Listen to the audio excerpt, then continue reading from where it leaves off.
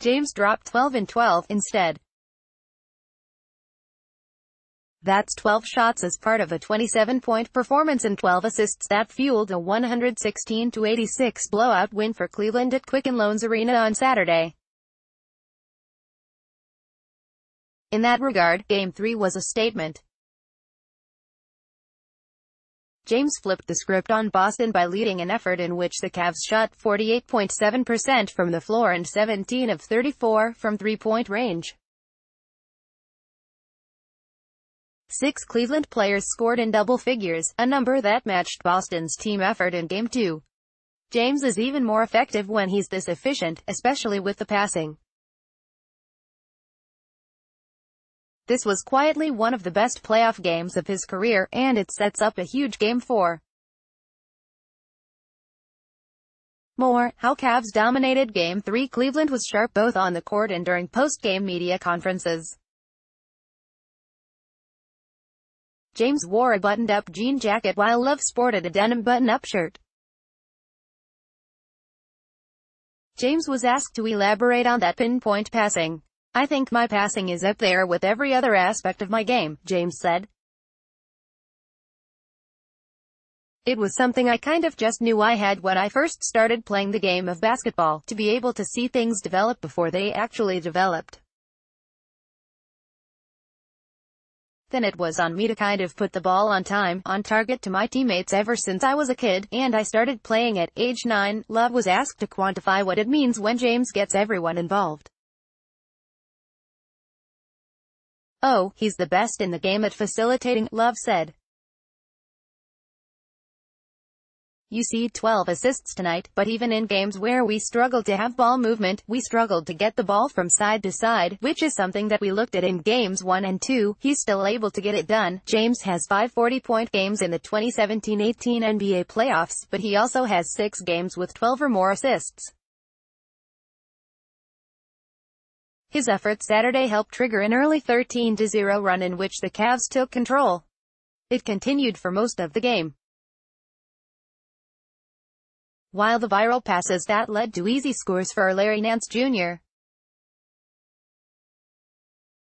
and Tristan Thompson get more attention, James was asked to detail several of those assists. "It's the fundamental passes on three-point shots," Cleveland coach Ty Lue noticed. James assisted on 5 three-pointers, including first-quarter shots by George Hill and J.R. Smith. They set the tone for 2 guards who had struggled in the first 2 games of the series. James would find Smith again in the second quarter. He also found Kyle Korver, who made all of his 4 attempts from three-point range, and Love, who scored 13 points. When guys are open, he wants to make sure they have it right in their shooting pocket to get their shot off. "You could see that with Korver tonight," Lue said. "You could see it with J.R. Kevin had a few that he missed that he normally makes. But he really prides himself on passing on time, on target, more. Don't dissect MJ, LeBron so much." All this led to a much-needed blowout win for Cleveland. Boston coach Brad Stevens repeatedly referred to the opponent's performance as connected. James's teammates are paying it forward. Love recounted the highlight reel play we're used to seeing, the one on a backdoor pass to James that led to a reverse windmill dunk. Love wasn't sure if it would be a highlight reel play for James, he has so many. But Love was quick to say it would be one for him. "He's always cutting and I'm always looking for them," Love said. "So I just tried to give him a little bit of love back because he had, like I mentioned, those 12 assists tonight, and a couple of them were to me." James might be called upon to score 40 again in the series, but connected efforts like Saturday's game have become the norm through his 7 consecutive NBA Finals appearances. James only had 3 40-point playoff games in Miami. The Game 3 version of him is the recipe Cleveland should try to tap into again for Game 4. This is the most dangerous version of James, the one that is staying ahead of the game.